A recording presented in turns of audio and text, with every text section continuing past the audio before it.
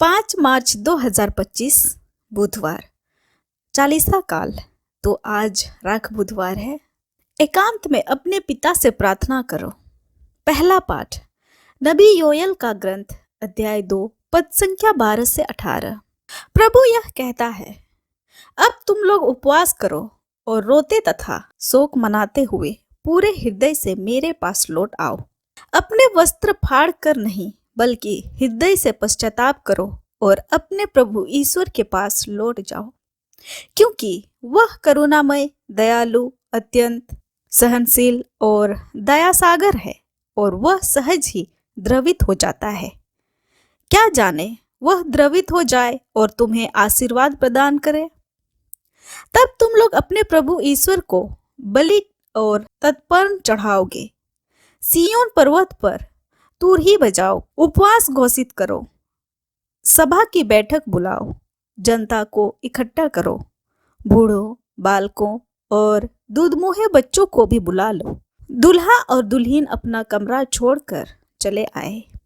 प्रभु ईश्वर की सेवा करने वाले याजक मंदिर में वेदी के सामने रोते हुए इस प्रकार प्रार्थना करें, हे प्रभु, अपनी प्रजा पर दया कर, अपने लोगों का अपमान न होने दे।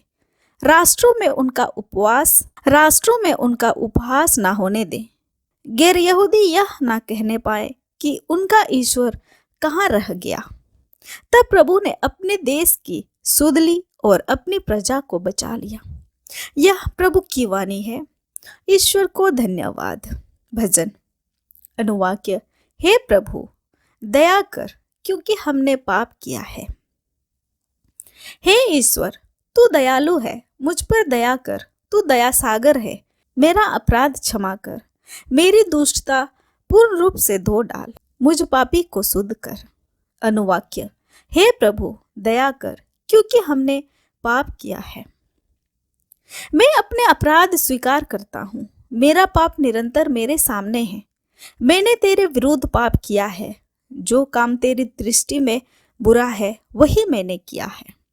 अनुवाक्य, हे प्रभु, दया कर, क्योंकि हमने पाप किया है। हे ईश्वर, मेरा हृदय फिर शुद्ध कर और मेरा मन सुदृढ़ बना। अपने संदिग्धों से मुझे दूर ना कर और अपने पवित्र आत्मा को मुझसे ना हटा। अनुवाक्य, हे प्रभु, दया कर, क्योंकि हमने पाप किया है। मुक्ति का आनंद मुझे फिर प्रदान कर और उदारता में मेरा मन सुदृढ़ बना। हे प्रभु, तू मेरे होठ खोल दे और मेरा कंठ तेरा गुणगान करेगा। अनुवाक्य, हे प्रभु, दया कर, क्योंकि हमने पाप किया है। दूसरा पाठ कुरिन्थियों के नाम संत पौलुस का दूसरा पत्र अध्याय 5 पद संख्या 20 और अध्याय 6 पद संख्या 2। हम मसीह के राजदूत हैं, मानो ईश्वर हमारे द्वारा आप लोगों से अनुरोध कर रहा हो। हम मसीह के नाम पर आप लोगों से यह विनती करते हैं कि आप लोग ईश्वर से मेल कर लें। मसीह का कोई भी पाप नहीं था, फिर भी ईश्वर ने अपने कल्याण के लिए उन्हें पाप का भागी बना दिया, जिससे हम उनके द्वारा ईश्वर की पवित्रता के भागी बन सके। ईश्वर के सहयोगी होने के नाते हम आप लोगों से यह अनुरोध करते हैं कि ईश्वर की जो कृपा आपको मिला है उसे व्यर्थ ना होने दे, क्योंकि वह कहता है, मैंने उपयुक्त समय में तेरी सुनी है, मैंने कल्याण के दिन तेरी सुध ली है। और देखिए, अभी उपयुक्त समय है, अभी कल्याण का दिन है। यह हमारे प्रभु यीशु ख्रिस्त का सुसमाचार है। ख्रिस्त की जय। संत मती के अनुसार आज का पवित्र सुसमाचार अध्याय 6 पद संख्या 1 से 6 और 16 से 18। यीशु ने अपने शिष्यों से कहा, सावधान रहो, लोगों का ध्यान आकर्षित करने के लिए अपने धर्म कार्यों का प्रदर्शन ना करो, नहीं तो तुम अपने स्वर्गीय पिता के पुरस्कार से वंचित रह जाओगे। जब तुम दान देते हो तो इसका ढिंढोरा नहीं पिटो। ढोंगी सभागृहों और गलियों में ऐसा ही किया करते हैं, जिससे लोग उसकी प्रशंसा करें। मैं तुम लोगों से कह देता हूँ, वे अपना पुरस्कार पा चुके हैं। जब तुम दान देते हो तो तुम्हारा बायां हाथ यह ना जानने पाए कि तुम्हारा दायां हाथ क्या कर रहा है। तुम्हारा दान गुप्त रहे और तुम्हारा पिता जो सब कुछ देखता है तुम्हें पुरस्कार देगा। ढोंगियों की तरह प्रार्थना नहीं करो, वे सभागृहों और चौकों पर खड़ा होकर प्रार्थना करना पसंद करते हैं जिससे लोग उन्हें देख सके। मैं तुम लोगों से कह देता हूँ, वे अपना पुरस्कार पा चुके हैं। जब तुम प्रार्थना करते हो, अपने कमरे में जाकर द्वार बंद कर लो और एकांत में अपने पिता से प्रार्थना करो। तुम्हारा पिता जो एकांत को भी देखता है तुम्हें पुरस्कार देगा। ढोंगियों की तरह मुंह उदास बनाकर उपवास नहीं करो, वे अपना मुंह मलिन कर लेते हैं जिससे लोग यह समझे कि वे उपवास कर रहे हैं। मैं तुम लोगों से कह देता हूँ, वे अपना पुरस्कार पा चुके हैं।